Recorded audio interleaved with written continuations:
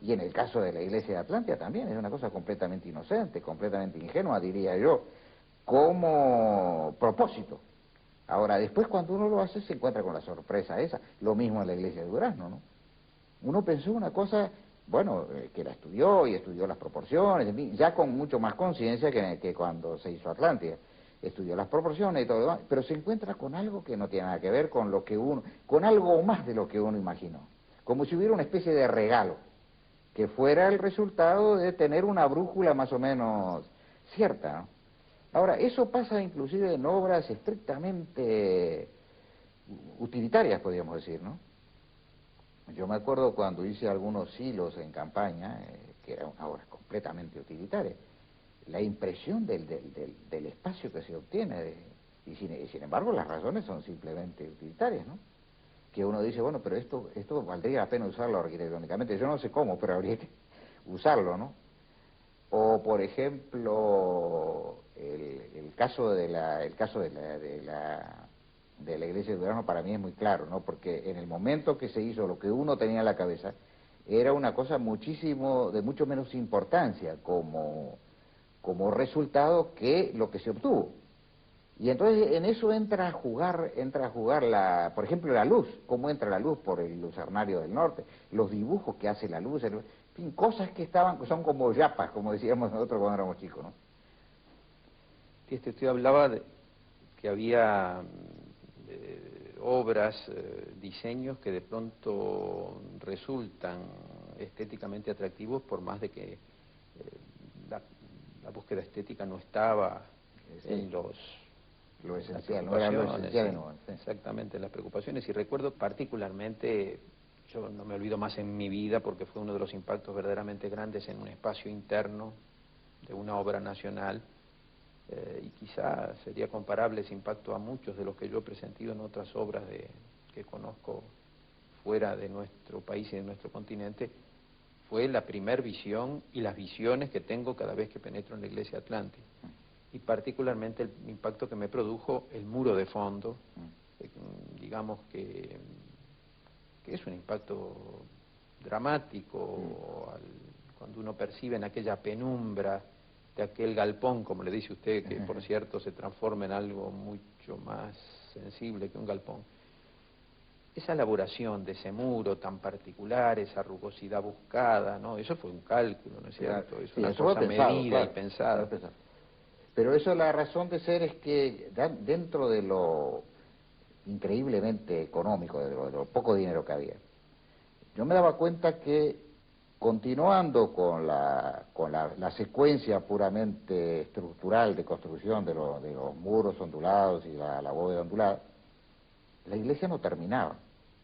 Entonces había que tratar de buscar una manera dentro de la economía de medios, que de alguna manera cerrara efectivamente la ley. Y por eso es, bueno, que dice la pared de la sacristía inclinada, la ventana horizontal, y ilumina ese muro muy rugoso de abajo.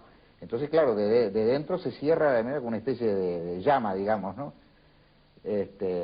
Somos en realidad buscar adquirir conciencia de cierta necesidad desde el punto de vista expresivo y tratar de resolverla dentro de la economía de medios de que uno dispone, ¿no? Yo creo que eso, la falta de expresividad, es un riesgo realmente grave en el mundo moderno, ¿no? El no ser conscientes de la necesidad de la expresividad. Por ejemplo, el primer sistema de precomprimido que hicimos, cuando en Uruguay no había ni siquiera un gato que pudiera trabajar horizontalmente, que lo hicimos con un gato camión, entonces las dos palancas laterales, yo las hice con el ala, la hice utilizando un perfil U, pero corté el ala adecuándola a los momentos flectores. Ahora, eso no tiene ninguna justificación, ni económica, ni racional, puesto que yo estoy cortando un pedazo de material, tengo el trabajo de cortarlo, el trabajo de pulirlo para que no le vaya a cortar al que trabaja con el equipo, quiere decir que ahí no hay razones de tipo racional, hay razones de tipo expresivo. Yo lo hice absolutamente inconscientemente. Ahora yo digo, ¿importa eso? ¿Importa que eso tenga una expresividad? ¿Le importa al obrero que la use? Yo creo que sí, yo creo que al obrero le importa. En una palabra que es una fuente de fortalecimiento íntimo, porque le vuelve inteligible las cosas, le vuelve más inteligible el mundo.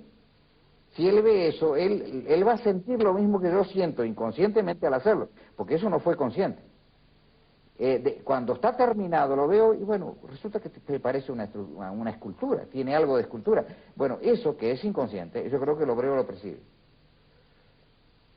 En ese sentido, Chesterton dice una cosa muy graciosa, ¿no? Cita a Wilkes, no sé, un escritor inglés, que dijo una cosa aparentemente paradójica. Dijo que el pueblo siempre ha dicho, dadnos lo superfluo y nos pasaremos sin lo necesario. Ahora, lo que pasa es que hay ciertas cosas aparentemente superfluas, como la expresividad, que no son superfluas, porque le vuelven a uno inteligible la relación humana, la relación con los demás y la relación con el mundo.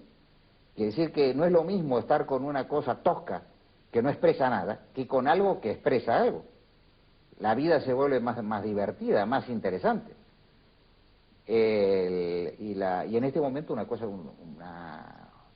cosa en la que se ve esa especie de falta de conciencia de la importancia de lo expresivo, de que esas cosas se expresen, es por ejemplo las torres que llenan las ciudades. Resulta que las ciudades se han llenado de torres, y esas torres son cosas esqueléticas sin ninguna expresión, y entonces la gente es desgraciada, al final le están llenando el paisaje de cosas que no le dicen nada.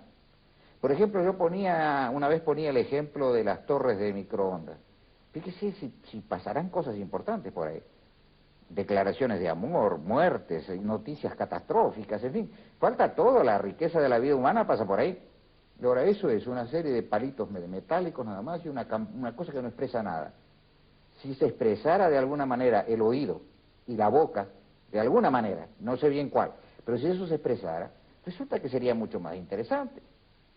Quiere decir que en lugar de tener esa especie de langosta ahí en las ciudades del interior, con algo que no nos dice nada, nos estaría diciendo algo. Y entonces la vida se volvería más rica. Quiere decir que esa tendencia moderna que el arte está en el museo. Y después la vida puede ser fea, inexpresiva, sin gracia. Eso es una de las aberraciones del mundo moderno, ¿no? Yo creo que la felicidad humana tiene mucho que ver con ese tipo de cosas, con ese supuesto superfluo. La prueba está que uno va a casa de cualquier obrero y la casa está llena de bibelots y de cosas que serán de un gusto discutible, pero que están mostrando esa necesidad de enriquecer la vida, de darle sustancia.